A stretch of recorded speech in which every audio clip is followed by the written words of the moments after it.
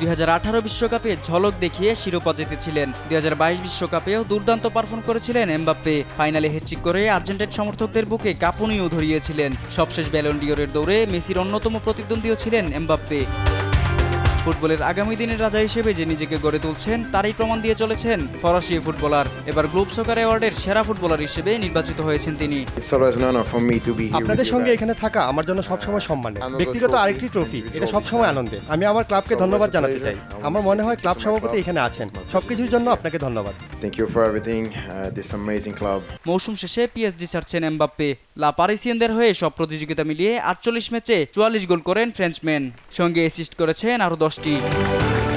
মঙ্গলবার রাতে ইতালির সার্দিনিয়া দ্বীপে আয়োজিত হয় গ্লোব সকার অ্যাওয়ার্ডের জমকালো অনুষ্ঠান। সেখানে মৌসুমের সেরা ফুটবলারের পাশাপাশি সেরা দল হিসেবে ম্যানচেস্টার সিটি, সেরা কোচ হিসেবে জাবি আলোনসো এবং সেরা উদীয়মান ফুটবলার হিসেবে লামিনে ইয়ামালকে পুরস্কার দেওয়া হয়। মৌসুমের সর্বোচ্চ গোলদাতা হিসেবে পুরস্কার পেয়েছেন হ্যারি কেইন।